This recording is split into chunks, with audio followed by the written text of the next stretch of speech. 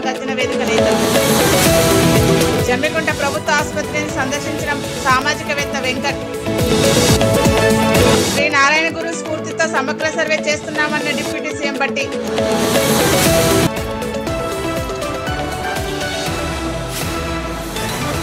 దళితుల ఐక్యలను విడదీస్తూ చూస్తూ ఊరుకోమని సింహగర్జన వేదికగా మాల సామాజిక నేతలు హెచ్చరించారు. సికింద్రాబాద్ పెరేడ్ గ్రౌండ్ లో మాలల సింహగర్జన సభ జరిగింది. రాష్ట్ర వ్యాప్తంగా మాలలు పెద్ద ఎత్తున తరలి రావడంతో జనసంద్రంగా మారింది. క్రిమిలేయర్ పేరు చెప్పి రిజర్వేషన్లు ఎత్తివేస్తే చూస్తూ ఊరుకోమని హెచ్చరించారు. కళాకారుల ఆటపాటలతో హోరెత్తించారు.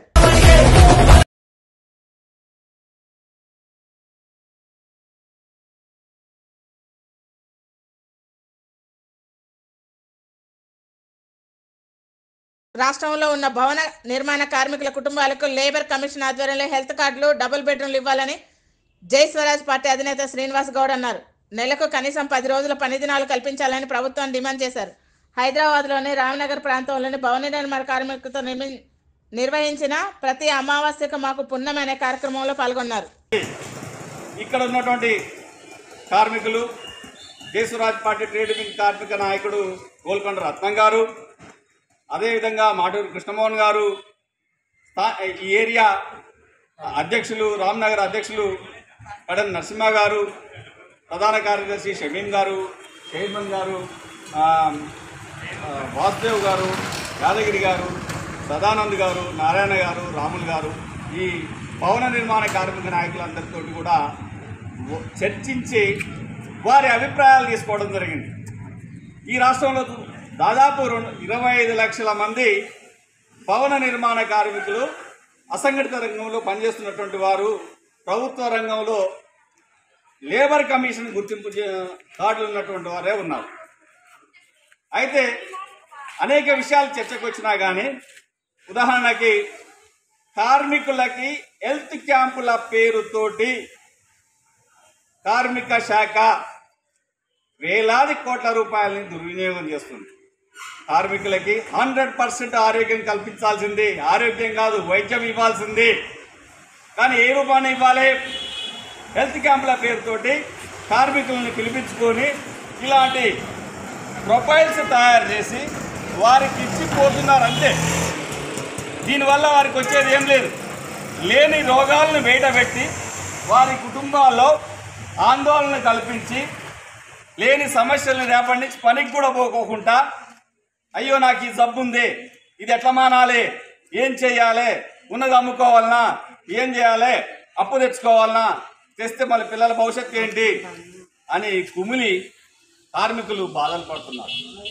అందుకనే ఇక్కడ నాయకులతోటి నరసింహ గారితో, రత్నం గారితో, అదేవిధంగా వాసుదేవ్ గారితో, షమీం గారితో, రాములు గారితో, నారాయణ గారితో మాట్లాడిన తర్వాత ఒకటే జై స్వరాజ్ పార్టీ ప్రభుత్వాన్ని, లేబర్ కమిషన్ని డిమాండ్ చేస్తుంది.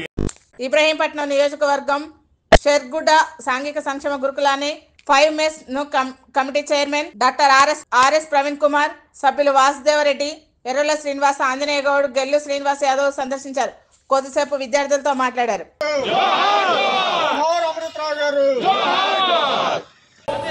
అలాగనే మా మరో కోఆర్డినేటర్ జోనల్ ఇన్ఛార్జిగా ఈ ఉత్తరాంధ్ర జోన్ ని బహుజన్ సమాజ్ పార్టీ నడుపుతూ ఈ ఉక్కు ఉద్యమాన్ని రాబోయేటువంటి కాలంలో తన భుజ స్కంధాల మీద పెట్టుకుని ముందుకు నడపడానికి సిద్ధంగా ఉన్నటువంటి లకే రాజారావు గారు, బహుజన్ సమాజ్ పార్టీ కోఆర్డినేటర్. జమ్మికుంట ప్రభుత్వ ఆసుపత్రిని ప్రముఖ సామాజికవేత్త సబ్బని వెంకట్ దర్శించారు. ఈ సందర్భంగా ఆయన మాట్లాడుతూ ప్రభుత్వ ఆసుపత్రిలో కనీస వసతులు లేకపోవడం దారుణమన్నారు. ప్రభుత్వ విద్యా, వైద్యం, ఉపాధిపైన దృష్టి సారించాలని సూచించారు. హుజూరాబాద్ నియోజకవర్గ పరిధిలో మెడికల్ కాలేజీ కంపెనీల ఏర్పాట్ల కోసం నాయకులు ఎందుకు అడగడం లేదని ప్రశ్నించారు. ప్రెమిసెస్ అంటే పరిసరాలు ఎంత సౌకర్యంగా ఉన్నా కూడా కనీస వసతులు అయితే కొన్ని మిస్ అవుతుంది. నేను ఇంతకుముందు కూడా చెప్పినాను, హుజూరాబాద్ నియోజకవర్గంలో కార్డియాలజిస్ట్ అవసరం చాలా ఉన్నది, గుండె వైద్య నిపుణులు. ఇప్పుడు ఉన్న అధికార పార్టీ నాయకుడు తుమ్మేటి సమ్మిరెడ్డి చనిపోయింది గుండెపోటుతో. ఆయనకు వచ్చిన ఒక మైనర్ హార్ట్ అటాక్. ఇదే హాస్పిటల్లో కార్డియాలు తీసుకుంటే ఈరోజు ఆయన మన మధ్యలో ఉండదు. ఆయనే కాదు, హుజూరాబాద్ తీసుకుంటే శ్యామ్ అనే అడ్వకేట్, రిపోర్టర్ కూడా చాలా మంచి ఆయనకు వచ్చింది కూడా ఒక మైనర్ చెస్ట్ పెయిన్, అంటే మామూలు ఛాతీ నొప్పి వచ్చింది. హాస్పిటల్ తీసుకెళ్ళిన తర్వాత నేను చెప్పాను కారణం గుండె వైద్యానికి ఉండే. నేను మొదటి నుంచి చెప్తున్నా, విద్యా వైద్యం ఉపాధి మీద పనిచేస్తేనే ఈ ప్రాంతం అభివృద్ధి అవుతుంది. ఇప్పుడు విద్య ఉపాధి తీసుకుంటే అది గవర్నమెంట్ పరిధిలో అంశం. వైద్యం తీసుకుంటే ఇక్కడున్న సిస్టమ్, ఇప్పుడు అంతకుముందు పెద్దిరెడ్డి గారు ఉన్నారు, తర్వాత ఇతరులందరూ గారు వచ్చారు, ఇప్పుడు ఇంకో ఆయన వచ్చింది. ఎవరు వచ్చినా కూడా సిస్టమ్ ప్రాపర్గా మెయింటైన్ చేస్తేనే ఆ కింద ఉన్న పేదవారికి న్యాయం జరుగుతుంది. ఇప్పుడు కార్డియాలజిస్ట్, ఇప్పుడు నేను శ్యామ్ గురించి చెప్పినాను, సమిరెడ్డి గురించి చెప్పినాను. తీసుకుంటే ఒక నిరుపేద, అతని గురించి ఎవరికి తెలుస్తుంది?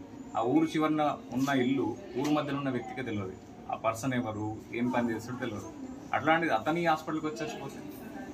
సో ప్రచారం ఏదైతే జరుగుతుందో వాటి గురించి నేను మాట్లాడుతున్నాను. శ్యామ్ చనిపోవడానికి 100% సిస్టమ్ ఫెయిల్యూర్, సమిరెడ్డి చనిపోవడానికి కూడా సిస్టమే ఫెయిల్యూర్. ఇక్కడ నుంచి ఒక్క రిక్వెస్ట్ ఎందుకు పోతలేదు?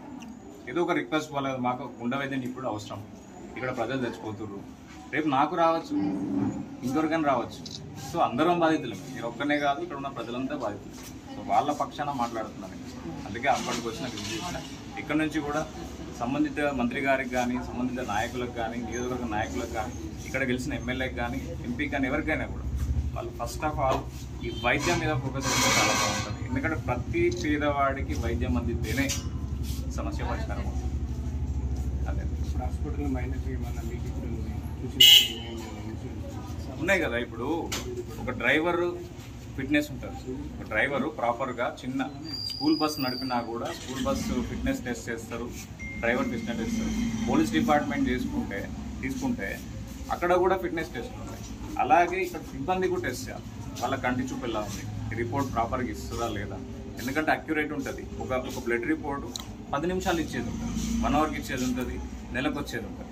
తీసుకుంటే ఇప్పుడు ఒక రిపోర్ట్ ఇది మీకు చూపిస్తున్నా. రిపోర్ట్ చూస్తే ఇన్ డీటెయిల్, అంటే అసంబద్ధంగా అసంపూర్తిగా ఉన్నది, ఎక్కడ కూడా పూర్తిగా లేదు. ఇప్పుడు ఇది చూసుకుంటే ఇప్పుడు ఒక డెలివరీ అమ్మాయి, సపోజ్ డెలివరీ అమ్మాయి తీసుకుంటాం, అన్నకు థైరాయిడ్ ఉంది, లేదా బీపీ ఉంది, షుగర్ ఉంది, ఏదో ఉంది. అక్కడ నొప్పులు వస్తూ ఉంటే నీకు రిపోర్ట్ 2 రోజులకు వస్తే అమ్మాయి క్షేమంగా ఉంటుంది? ఉండదు కదా. సో ఈ టెస్టులు కూడా జరగాలి. మెడికల్ డిపార్ట్మెంట్లో పనిచేసే ప్రతి ఒక్కరు కూడా ఫిట్నెస్ టెస్ట్ ఉండాలి. వాళ్ళు సరిగ్గా వినగలుగుతుందా, ప్రాబ్లం అర్థం చేసుకుంటారా లేదా, సరిగ్గా రిపోర్ట్ చూడగలుగుతారా లేదా, ప్రతిదీ చూడాలి. చూసినప్పుడే జరుగుతుంది ఏదైనా. గతం మీరు హుజరాబాద్లో కూడా ఇలాగే ప్రశ్నించినప్పుడు మీ మీద ఆరోపణలు వచ్చినాయి కదా? ఏం ఆరోపణలు వచ్చినాయి? ఇప్పుడు ఒక విషయం చెప్తా. ఒక అమ్మాయి రాత్రి 7:30-8 గంటల ప్రాంతంలో ఏదో పురుటి నొప్పులతోటి హాస్పిటల్కి పోయింది. సరే అక్కడ ఏం జరిగిందో లేదు, సహాయం అడిగింది, మేము చేసినాం. అది చేసిన తర్వాత అర్థం చేసుకుంటాడు, వాడికి నచ్చిన ఇట్లా అర్థం చేసుకుంటాడు. నేను చేసింది ఏంటి? సహాయం. అమ్మాయి చక్కటి బిడ్డకు జన్మనిచ్చింది, హ్యాపీ ఇంటికి వచ్చింది. ఇప్పుడు సబ్బని వెంకటకు పేరు వచ్చిందా లేదా పక్కన పెడతాం. ఒకవేళ ఆ అమ్మాయికి మార్గ మధ్యంలో ఏమైనా జరిగితే హుజరాబాద్ పేరు ఏమైంది? నాకు వచ్చింది ఇంచు మందం, తేడా జరిగితే కిలోమీటర్ డ్యామేజ్ జరుగుతుంది హుజరాబాద్. ఇప్పటికే హుజరాబాద్ రాజకీయంగా పోయింది, అభివృద్ధి పరంగా పోయింది. ఇంకా ఉన్నది ఏంటిది? అంతో కొంత ఉన్నది ఈ సేవ చేసే గుణం. మాలాండలం కూడా అడ్డుకుంటాడు, అడ్డుకోండి, మమ్మల్ని చేసేది ఏముంటుంది? శ్రీ నారాయణ గురు స్ఫూర్తితో తెలంగాణ రాష్ట్రంలో సమగ్ర కుటుంబ సర్వే, ఇంటిగ్రేటెడ్ పాఠశాల నిర్మాణం వంటి కార్యక్రమాలు చేపట్టినట్లు డిప్యూటీ సీఎం పట్టి విక్రమార్క అన్నారు. నారాయణ గురు జీవితాన్ని, బోధనలను స్మరించుకునేందుకు కొల్లంకు చేరుకోవడం తనకు ఒక విలువైన అవకాశం, గొప్ప గౌరవం అన్నారు. నారాయణ గురు స్ఫూర్తితో సమానత్వం, మానవత్వం కలిగిన సమాజాన్ని నిర్మిద్దామని చెప్పారు. డాక్టర్ బిఆర్ అంబేద్కర్ కు నారాయణ గురువుల మధ్య పోలికలు ఉన్నాయని అన్నారు. शिशुपालन जी, स्वामी चंद्रानंदा जी, सच्चिदानंद Swami ji, and the Vice Chancellor Dr. Jagati Raj ji, and Professor Dr. K.S. Chalam garu, Sri Ramanamurthy garu, and Srimati Sharanya, Finance Officer.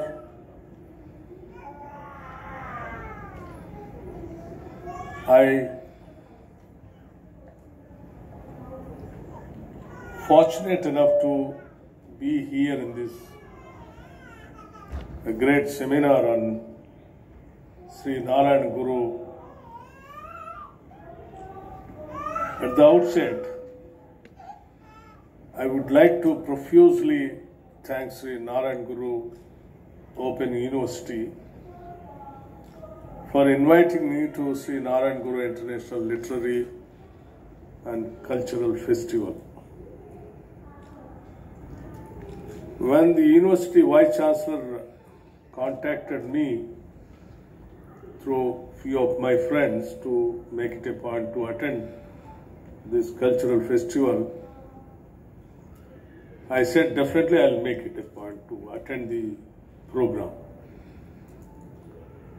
Though I'm having pressing other important issues as far as state and other political affairs, but I thought it is my responsibility and it is an opportunity for me to share my views with all the scholars, those who are all gathering at a place here in the name of Sri Narayan Guru Cultural Center.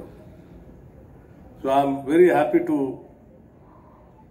participate in this. CM Nara చంద్రబాబుని 2023లో మాజీ CM YS Jaganmohan Reddy అక్రమంగా arrest చేసి జైల్లో పెట్టినందుకు ఆయనను సురక్షితంగా విడుదలైన మరలా సీఎం కావాలని మొక్కుకున్నానని వైజాగ్ కార్పొరేటర్ గోవిందరెడ్డి అన్నారు. సీఎం అయ్యాక స్వగ్రామం విశాఖ జిల్లా తుంగ్లాం గ్రామం నుండి భద్రాచలం వరకు పాదయాత్రగా వెళ్లి శ్రీరాముల వారిని దర్శించుకోవడానికి వచ్చానని చెప్పారు. భద్రాచలం జిల్లాలోని టీడీపీ పార్టీ నేతలు గోవిందరెడ్డికి స్వాగతం పలికారు.